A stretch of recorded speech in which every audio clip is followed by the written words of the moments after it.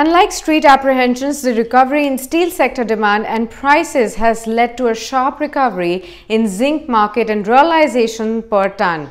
Now, during the September 2020 quarter, the LME zinc prices averaged at around $2340 a ton. That is up 19% on a quarter-on-quarter basis. Now, this is also reflecting in the financial performance of companies like Hindustan Zinc with strong growth in revenue and profitability. In our ideas for profit today, I'll discuss the key earnings fine print of Hindustan Zinc and also whether the company is a promising bet on the current attractive valuations.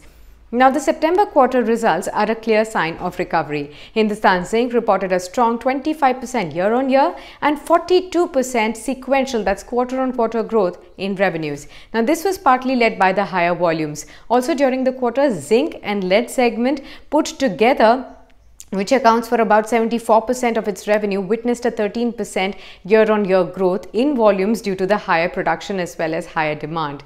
Now, silver production during the quarter also grew by 51%, and the share of silver in the total revenue has too jumped to 22% in September quarter as against 12% in the corresponding quarter last fiscal year. Now, silver helped in lifting the overall EBITDA margins. The company reported strong 39% year-on-year growth in the EBITDA margins as well. Also, in the EBITDA as well. And also besides, the company was able to reduce the cost of production in the zinc business, adding to the overall profitability. Now, zinc cost of production came down to say $919 per ton, which is a reduction of 12% year-on-year. And that is led by the cost reduction initiatives and input costs as well. Now, zinc accounts for close to say 60% of its revenue, and the management suggested that reduction in the cost is structural, whose benefits will also continue to reflect in the coming quarters as well. Now, on the one hand, the company is also ramping up the production, which should continue to support growth in the coming quarters as well. Now, if you see, the management has also indicated that the steel industry is currently operating at normal capacity utilization, which was earlier impacted due to the pandemic and the resultant lockdown in the country as well.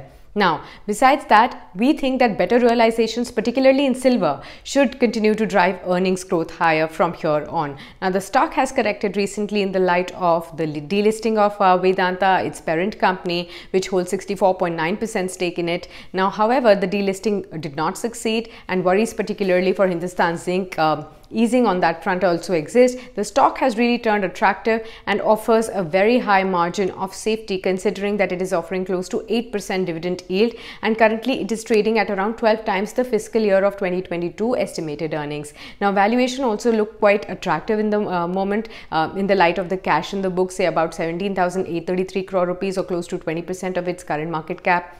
Strong recovery in Q2 and improving earnings visibility. These two should together re-rate the stock as the valuations remain quite attractive.